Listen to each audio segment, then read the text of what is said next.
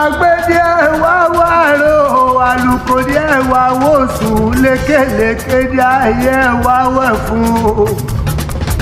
Happy birthday to you o Ayọ̀délé Kestin Tọ̀mídé.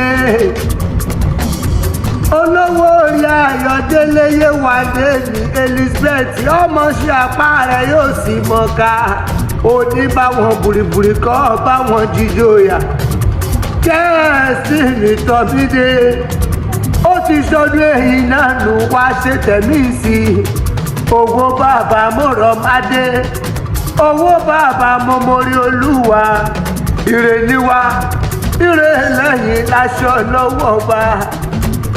Ọmọ àrò onílẹ̀ ọmọ àtẹ̀rẹ̀kẹ̀ yọ̀dà òsì táàrọ̀ mú yọ̀dà òsì táàrọ̀ mú yọ̀dà bí ọ̀tún lórí ilé bàbá rẹ̀.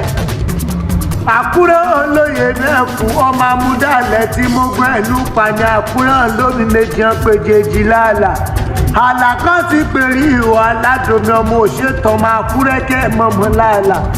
Àlándẹ́nu ọ̀kéyè rẹ̀ ọmọ ọlọ́jà méjì tànná lójọ tó ń bá ná torí tagún tán wọn a mọ̀ ná kan mẹ̀sì ànáyè ọmọkùnrin Akure tó kó bọ̀ ọmọ agádà apẹ̀rí ọmọbìnrin Akure tó dó bọ̀ ó fòṣì mi ló pẹ́ fún ọmọ ọlọ́jọ́ Òṣòdì ànáyè ọmọ ọlọ́jọ́ Òṣòdì ànákọ̀ọ́rù ọmọ ọwọ́ ọmọ ẹkùn tí fi torítorí ọmọ ẹkùn tí fi tìrùtìrù àtẹ́ntí ọ̀pẹ́kùn àtẹ́ntí ọ̀tẹ́kùn àtẹ́ntí ọ̀rẹ́kùn òkèèrè ni wọ́n ti mọ̀nà jẹ́kùn nílé bàbá rẹ̀ bẹ́ẹ̀ ni ọmọ kojú ẹ̀kùn ọba nílẹ̀rù jòjò ewúrẹ́ lọ ire lọ́mọ rí lójoojúmọ́.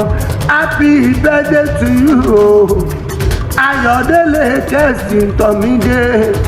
Ire níwá ire lọ́tún o ire lósì long life and prosperity olówó orí Yéwándé.